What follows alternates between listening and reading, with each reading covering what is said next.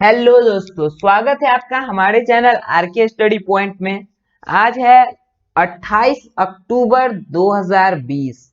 इस वीडियो में हम लोग आज के डेट से रिलेटेड करंट अफेयर्स के बारे में जानेंगे। तो चलिए शुरू करते हैं।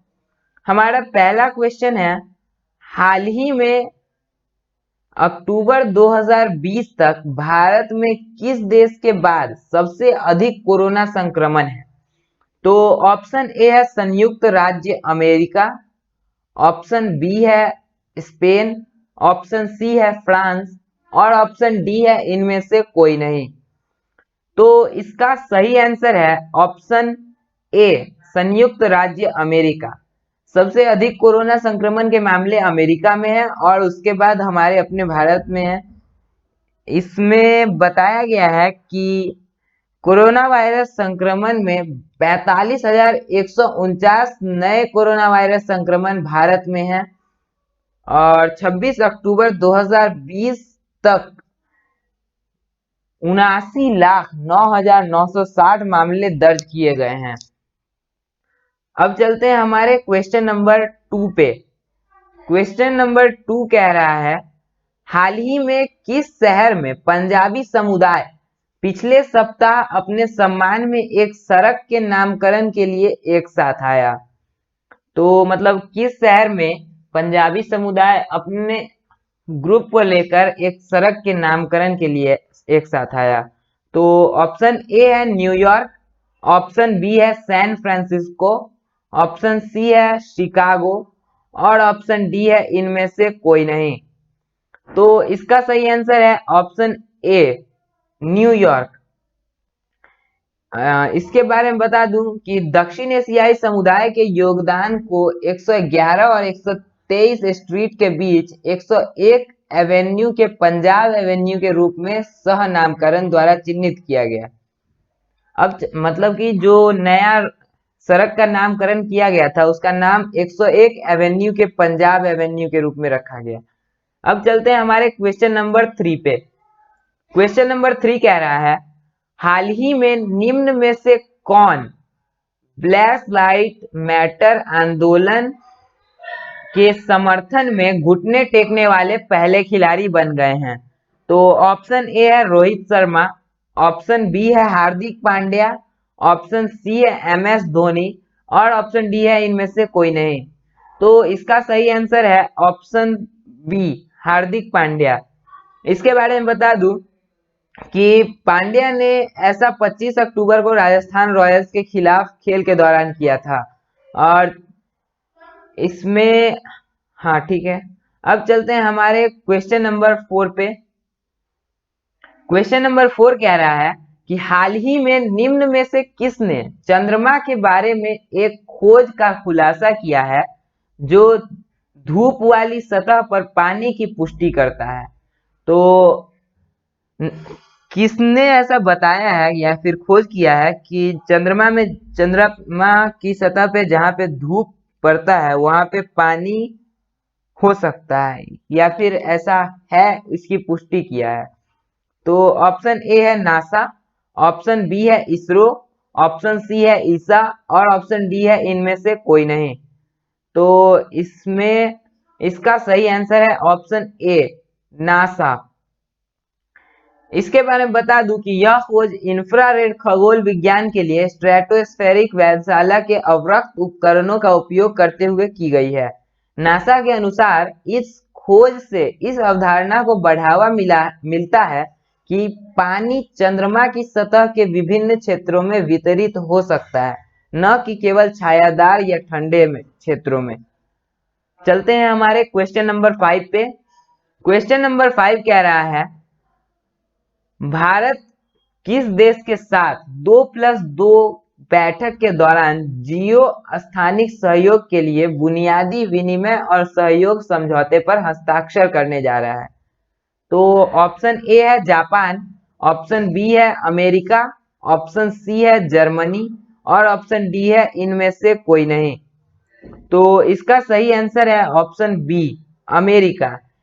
इसके बारे में बता दूं कि समझौते पर हैदराबाद हाउस में 2+2 बैठक के दौरान हस्ताक्षर किए जाएंगे जो उनके बीच भू-स्थानिक सहयोग को बढ़ाएगा और इससे इसके भारत की मिसाइल प्रणालियों की सटीकता में सुधार के क्षेत्र में मदद की संभावना है। तो अगर आप लोग को 2+2 बैठक के बारे में कुछ पता हो तो कमेंट में बता देना, मुझे समझ में नहीं आ रहा है। क्वेश्चन नंबर 6 पे चलते हैं। क्वेश्चन नंबर 6 कह रहा है, हाल ही में निम्न में से कौन अक्टूबर 2020 में गिनी के विवादित राष्ट्रपति चुनाव में विजयी रहे हैं? तो ऑप्शन ए है टिबऊ कामारा, ऑप्शन बी है अल्फा कोंडे, ऑप्शन सी है मैके सैल और ऑप्शन डी है इनमें से कोई नहीं। तो इसका सही आंसर है ऑप्शन बी अल्फा कोंडे, यानी कि गिनी में जो राष्ट्रपति चुनाव विवादित था उसमें अल्फा कोंडे जीत चुके हैं। अब चलते हैं हमारे क्वेश्चन नंबर 7 पे। क्वेश्चन नंबर 7 कह रहा है, हाल ही में 27 अक्टूबर 2 से 2 नवंबर 2020 तक निम्नलिखित में से कौन सा सप्ताह मनाया जा रहा है? तो ऑप्शन ए है पोषण सप्ताह, ऑप्शन बी है साक्षरता सप्ताह, ऑप्शन सी है सतर्कता जागरूकता सप्ताह और ऑप्शन डी है इनमें से कोई नहीं। तो इसमें इसका सही आंसर है ऑप्शन सी सतर्कता जागरूकता सप्ताह।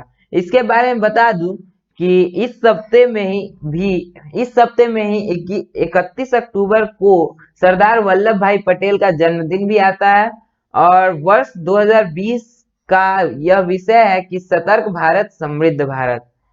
चलते हैं हमारे क्वेश्चन नंबर 8 पे। क्वेश्चन नंबर 8 कह रहा है, हाल ही में अक्टूबर 2020 में नई दिल्ली में अपने अमेरिकी समकक्ष यानी कि भारत के अमेरिकी समकक्ष माइक पोम्पियो से किसने मुलाकात की? तो ऑप्शन ए है पीयूष गोयल, ऑप्शन बी है नितिन गडकरी, ऑप्शन सी है डॉक्टर एस जयशंकर और ऑप्शन डी है इनमें से कोई नहीं। तो इसका सही आंसर है option C doctor S Jaishankar.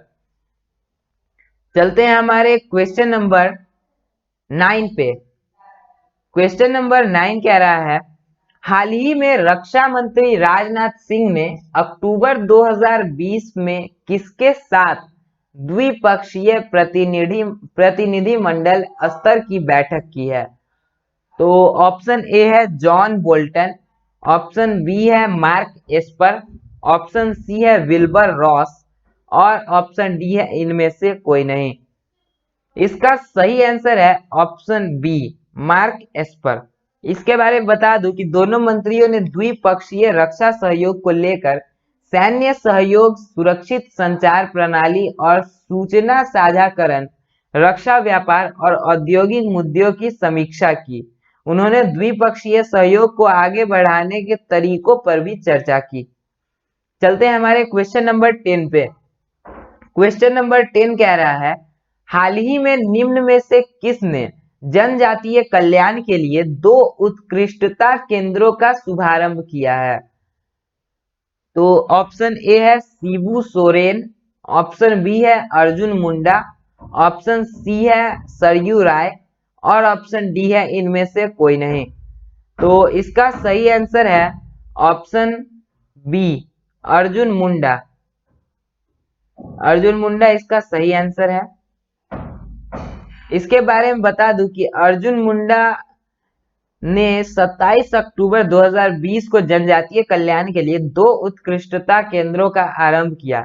पंचायती राज संस्थाओं को मजबूत करने वाली पहली पहल 30 ग्राम पंचायतों और 150 गांवों को कवर करने वाले झारखंड के 5 जिलों में शुरू की गई थी और मॉडल के आदिवासी युवाओं के बीच युवा स्वयं सेवकों को व्यक्तित्व के विकास प्रशिक्षण देकर बनाया गया है। चलते हैं हमारे क्वेश्चन नंबर 11 पे। क्वेश्चन नंबर 11 कह रहा है, हाल ही में आई रिपोर्ट के अनुसार जापान किस वर्ष तक शून्य कार्बन उत्सर्जन प्राप्त करेगा? तो ऑप्शन ए है 2040, ऑप्शन बी है 2050, ऑप्शन सी है 2060 और ऑप्शन डी है इनमें से कोई नहीं। तो इसका सही आंसर है ऑप्शन बी 2050। इसके बारे में बता दूं कि जापान 2050 तक शून्य कार्बन उत्सर्जन हासिल कर सकता है। इसने पहले 2050 तक उत्सर्जन को 80% तक कम करने और सदी के उत्तरार्ध में कार्बन तटस्थता प्राप्त करने की प्रतिबद्धता की थी। अपनी वर्तमान बुनियादी ऊर्जा योजना के तहत इसका नवीकरणीयों की हिस्सेदारी को 2030 तक 22 से 24 और परमाणु ऊर्जा को 20 से 22% के बीच बढ़ाने का लक्ष्य है। हालांकि 2021 में इसके नए लक्ष्यों का अनावरण करने की उम्मीद है। चलते हैं अब हमारे क्वेश्चन नंबर 12 पे। क्वेश्चन नंबर 12 कह रहा है ऑस्ट्रियाई दिवस कब मनाया जाता है? तो ऑप्शन ए है 24 अक्टूबर, ऑप्शन बी है 25 अक्टूबर, ऑप्शन सी है 26 अक्टूबर और ऑप्शन डी है इनमें से कोई नहीं। इसका सही आंसर है ऑप्शन सी 26 अक्टूबर। इसके बारे में बता दूं कि ऑस्ट्रियाई राज्य संधि पर 15 मई 1955 को वियना के स्लॉस ब्लेवेडियर में हस्ताक्षर किए गए थे और 27 जुलाई 1955 को लागू की गई थी और 26 अक्टूबर 1955 को ऑस्ट्रियाई संसद ने अस्थायी तटस्थता पर संवैधानिक कानून पारित किया था, जिसे 1965 से ऑस्ट्रियाई राष्ट्रीय दिवस के रूप में मनाया जाने लगा। चलते हैं हमारे क्वेश्चन नंबर 13 पे। क्वेश्चन नंबर 13 कह रहा है हाल ही में निम्नलिखित में से किसने भारत का पहला ESG ETF लॉन्च किया है? तो ऑप्शन ए है Reliance mutual fund, option B है मीरे एसेट म्यूचुअल फंड और ऑप्शन सी है HDFC म्यूचुअल फंड और ऑप्शन डी है इनमें से कोई नहीं। तो इसका सही आंसर है ऑप्शन बी मीरे एसेट म्यूचुअल फंड। अब चलते हैं हमारे क्वेश्चन नंबर 14 पे। क्वेश्चन नंबर 14 कह रहा है हाल ही में किस देश में से अहमदाबाद में एक सीप्लेन आया है? तो ऑप्शन ए है मालदीव, ऑप्शन बी है चीन, ऑप्शन सी है बांग्लादेश और ऑप्शन डी है इनमें से कोई नहीं। तो इसका सही आंसर है ऑप्शन ए मालदीव। मालदीव से अहमदाबाद में हाल ही में एक सीप्लेव आया है जो 26 अक्टूबर, सीप्लेव यानी समुद्री जहाज, तो जो 26 अक्टूबर 2020 को अहमदाबाद में पहुंचा। यह जहाज अहमदाबाद में साबरमती रिवर फ्रंट को नर्मदा जिले के केवडिया में स्टैच्यू ऑफ यूनिटी से जोड़ेगा। प्रधानमंत्री ने 31 अक्टूबर 2020 को आधिकारिक उद्घाटन यात्रा करेंगे इसी जहाज में। अब चलते हैं हमारे क्वेश्चन नंबर 15, हमारे आखिरी क्वेश्चन पे। आदित्य पुरी किस बैंक के प्रबंध निदेशक के पद से सेवानिवृत्त हुए हैं? तो जो आदित्य पुरी थे वो पहले किस बैंक में कार्य किया करते थे जिससे अब वे रिटायर हो चुके हैं? तो ऑप्शन ए है एक्सिस बैंक, ऑप्शन बी है HDFC बैंक, ऑप्शन सी है SBI यानी कि स्टेट बैंक ऑफ इंडिया और ऑप्शन डी है इनमें से कोई नहीं। अब तो इसका सही आंसर है ऑप्शन बी HDFC बैंक।